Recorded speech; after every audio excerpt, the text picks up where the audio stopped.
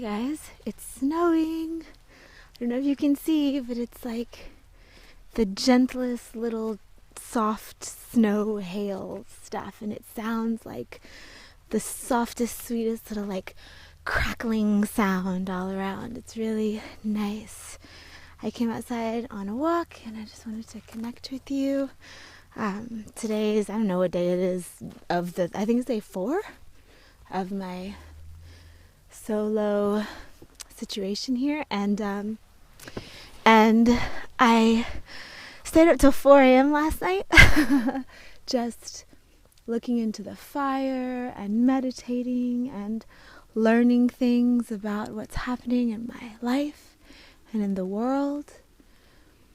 It was really nice. And so what I want to touch base with you guys on today is anxiety, because someone asked me to do a video on how to deal with anxiety. And I think that when it comes down to it, it's all about filling your cup, refilling your cup. And when I say that, I mean making sure that you're taken care of well as a person so that you can then do the things you're supposed to do in the world. Like, some people sometimes see that as selfish, but how can an empty cup fill other cups? And so, for instance, I was just having a conversation with a soul sister about this a couple days ago, about finding time to do this. And you just have to schedule it in.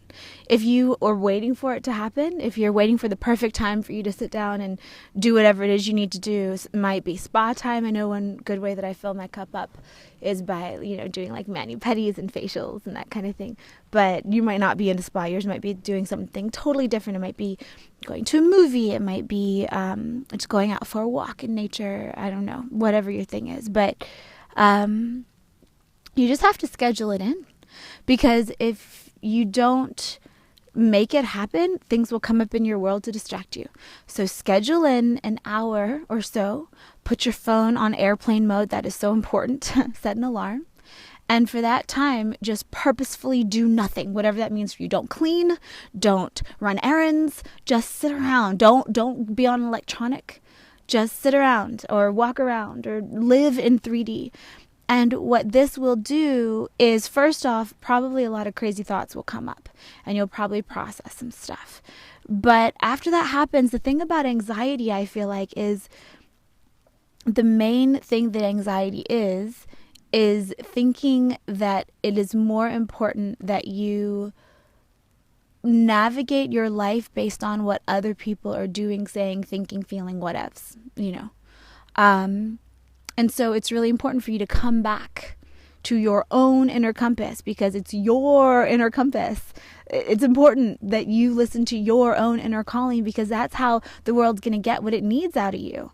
You've been formed the way that you are for a reason, because this reality needs what you're bringing, not what you're doing not to make someone else feel uncomfortable, or not what you're doing to please somebody else or to be responsible for their emotions. We're all responsible for our own stuff.